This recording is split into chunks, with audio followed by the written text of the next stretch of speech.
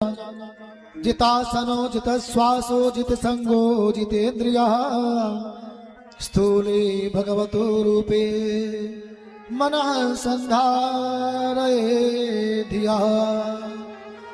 हे राजन, मैं तुम्हें श्री भागवत जी की कथा सुनाऊंगा।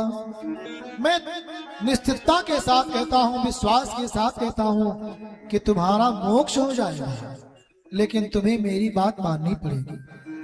क्या क्या बात मानना है?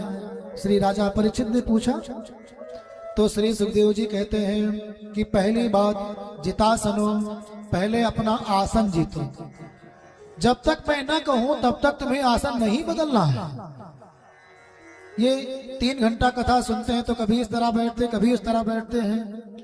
विद्यार्थी लोग पढ़ने के लिए एक पीरियड ठीक से नहीं बैठ पाते हैं।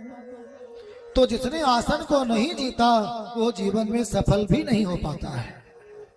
तो पहली शर्त क्या है? जितासनो, अपने आसन को जीतो। दूसरा बोलते हैं जितश्वासो, श्वास को जीतो। श्वास जीतने का मतलब ये नहीं हुआ कि आपको सांस नहीं लेना। श्वास का मतलब होता है प्राण और इंद्रियां। अपनी इंद्रियों को, अपने प्राण को अपने वश में करो। जित संगो, अपनी आसक्ति को जीतो। किसी की याद ना आवे, मकान दुकान घर मकान हित मित्र की याद ना आवे, ऐसा संग जीत लो। जितेंद्रिय, अपनी इंद्रियों को भटकने मत दो। इतना करने के बाद तब तुम्हें करना क्या है? स्थूले भगवती, ये अप्रत्याशित बात श्री सुखदेव जी ने कही है, क्योंकि स्वयं निराकार उपासना करते हैं, गुफा में रह करके वही परम तत्व का ध्यान करते हैं।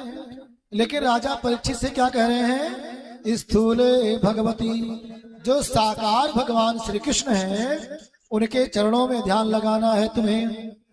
रूपे मनः संधारे धिया, अपनी बुद्धि को साकार भगवान के चरणों में लगाना है, उनके रूप का दर्शन करना है।